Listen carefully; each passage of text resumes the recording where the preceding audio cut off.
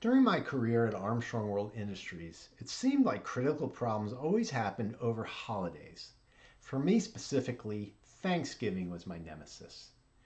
Earlier in my career at our ceramic tile plant in Olean, New York, there was a wreck in our ceramic tile kiln that I had to leave my family for to help deal with. Later on, there was a water line break in the town of St. Helens, Oregon that shut down our ceiling tile plant where I was the production manager.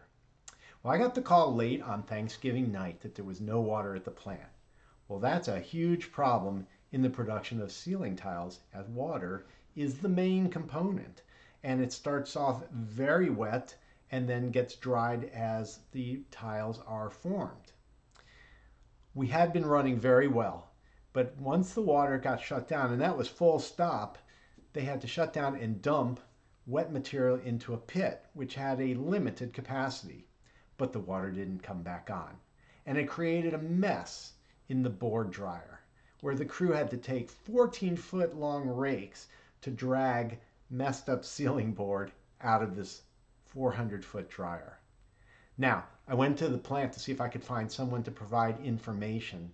Our environmental health and safety manager was out of town and unavailable. So on her desk was a Rolodex. I know that says how many years ago this story is from, doesn't it? I found the number of the city manager, and surprisingly, he answered the call immediately.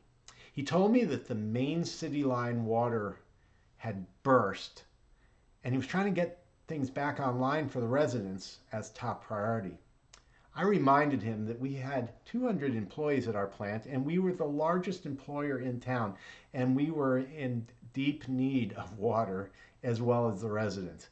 He agreed that he'd prioritize us, and I asked him if he'd call us as soon as they started their backup plan, which was to run water from a different backup line.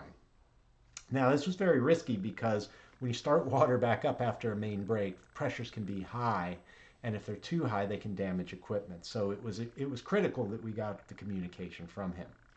Well, I stayed at the plant and helped clean up the mess. I didn't know how long the city workers would need to get water back on to us. And so again, we wanted to make sure we were prepared, because if water came on with too much pressure, it could damage things in our plant.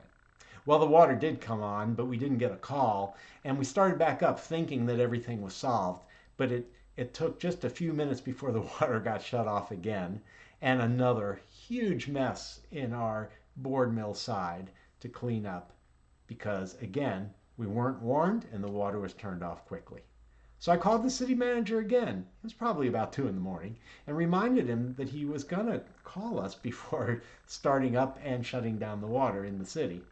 Now, he assured me that he would, but he clearly was distracted by bigger issues from his perspective.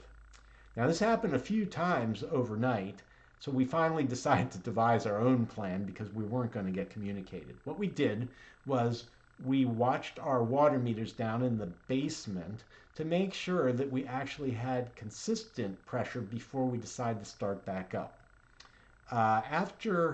And the goal was to keep our messes to a minimum. We didn't have a guarantee that the water was going to stay on.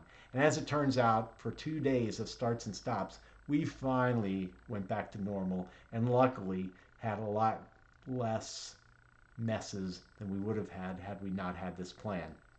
So what's the learning from all of this is that the more you can control in an uncontrollable situation, the better. I hope you enjoyed this story, gained some insight, and learned something you can use. You'll find many more Kaizen stories on my website, www.pi-partners.com. If you'd like help growing your profits through sustained process improvement, scan the QR code on the screen for a free consultation, and let's start our journey together.